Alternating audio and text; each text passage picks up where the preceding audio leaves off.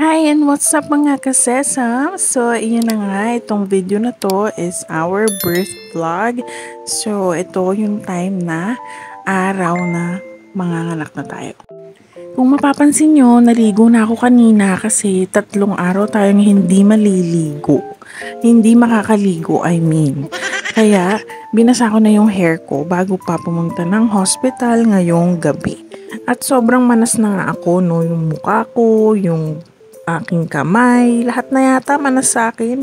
So, ayan yung aking suot papuntang hospital. Syempre, simple lang. At bago nga kami pumunta ng hospital, bumili muna kami ng ulam kasi gutom na kami. At kailangan ko mag-fasting from 12 a.m. So, ayun na nga, nakarating na kami sa hospital and ang dami talagang fill upan dito yung mga documents. Si Abby lahat na nag-fill up noon. Medyo nainis na nga siya dyan kasi super dami daw talagang susulatan, fill upan, tapos ako taga-pirma lang.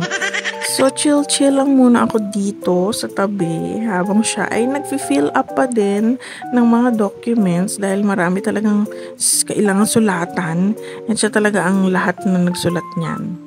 So, this time, nalagyan na ako ng swero and hindi na ako pwedeng uminom or kumain yan kasi nalagyan na daw ako ng swero. So, sayang, dapat uminom na ako pala. So, tiis-tiis muna ako ng uhaw at gutom kasi magdamag tayong mag-aantay or magpapahinga muna bago biyakin. At ito namang isa, ininggit pa talaga ako kasi nagutom siya so kumain lang siya ng biskwit. So, ako naman, inggit na inggit kasi medyo nagugutom na rin pero kailangan tiisin kasi fasting ako eh. At ang kagandahan pala kapag ka-scheduled CS ka, kasama mo si Mister sa iyong paghihintay ng buong magdamag. Kasi hindi ka naman nagli-labor so hindi ka kailangang ilagay agad sa operating room. Doon ka lang sa iyong room mismo. Kasama si Happy. At dahil nagpapaantok pa nga kami at hindi pa kami makatulog, nagbasa-basa muna ng Bible yang si Mister. Ayan na yung hobby niya talaga yan. Every night bago matulog, nagbabasa yan ng Bible. So ayun na nga, ayan na nga, dumating na nga ang umaga na ating hinihintay. So 8 a.m. kasi ang schedule ko for CS. So ito yung time na dadalhin na ako sa operating room. Medyo kabado pero pray lang. Nag-pray lang din kami dyan para sa aking safe delivery of course.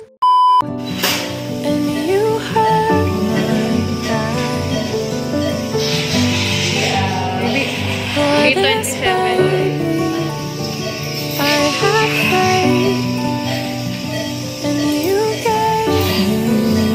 And super thankful din talaga kami sa aming OB na si Doc Bennett Javier. Super galing mag-alaga, napakabait na doktor sa Christ the King, Pamplona, Las Piñas. Thank you so much, Doc. So, ayan na, si baby boy nasa tabi ko. Buong oras na nasa recovery room ako, kasama ko si baby. So, ayun, kasi wala namang complications nakita sa kanya. And, ito po si aming baby, ayan, andyan na siya kay papa niya. So, siya muna ang mag-aalaga kasi hindi pa makatayo si mama. Kaya, hands-on talaga tong si kanyang papa. So, siya ang unang nagpalit ng diaper, siya ang unang nakabuhat. Kaya sabi ko rin mag-skin to skin din sila kasi importante din talaga yon. Kaya ayan, unang palit ng diaper. Ayan, si papa niya ang gumawa at nagulat nga kami kasi black yung poop niya. Which is normal naman daw yun sa unang poops ng newborn baby. So, nothing to worry. Then, ito na yung next day. Nakapagpalit na rin ako ng damit kasi tinry kong makatayo kagabi. So, nakatayo naman ako kahit saglit. And, syempre, ang papa pa rin niya ang hands-on kay baby because hindi pa ako masyadong makagalaw kasi nga CS tayo mga mi, kaya very medyo mahirap, no? So, ayan, okay na rin naman kasi nakautot na ako this time. So, pwede na akong kumain. And, ang advice ni OB is low-fat tayo, low-fat diet. Kasi dahil nga CS tayo, hindi pa agad makakapag-digest basta yung ating loob-looban dyan. So kailangan malambot lang muna yung kainin. So ito this time, pwede na ako magkanin kasi nakapups na ako nung kinagabihan. So ayan, yan yung aking next meal. So low fat pa din, low salt. Kasi medyo high blood pa rin tayo because of preeclampsia nga, and sana mawala rin yun after ilang months. So ayan, kaya ganyan po yung aking food talaga. Kailangan low fat and low salt. So ayan, tinry ko uling tumayo at medyo maglakad-lakad konti para mas mabilis daw gumaling. Super hirap talaga, as in nung nawala na yung anesthesia, sobrang sakit. So ayan, habang tulog si baby dyan, nagtatry akong maglakad-lakad lang muna, tumayo-tayo, ganon. So ayan, himbing na himbing ang baby boy na pogi na yan, Syempre napatulog yan ng papa niya And then, syempre, check ng diaper, baka may poopsie na naman. So para mapalitan natin ng diaper si baby. And mag-skin to skin ulit sila ng papa niya and magpapaaraw. Kasi kailangan nila ng vitamin D para hindi sila manilaw. So ayan, linis-linis lang muna si papa niya ng puwet.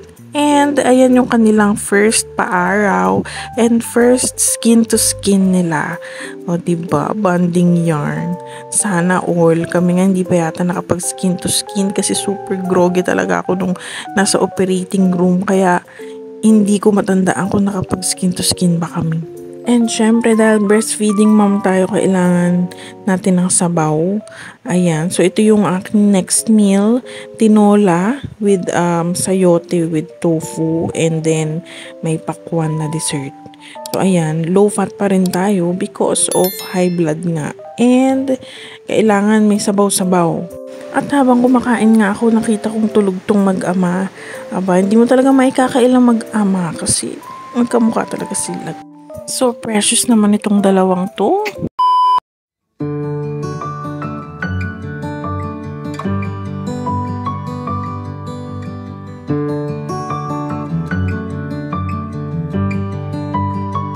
For this child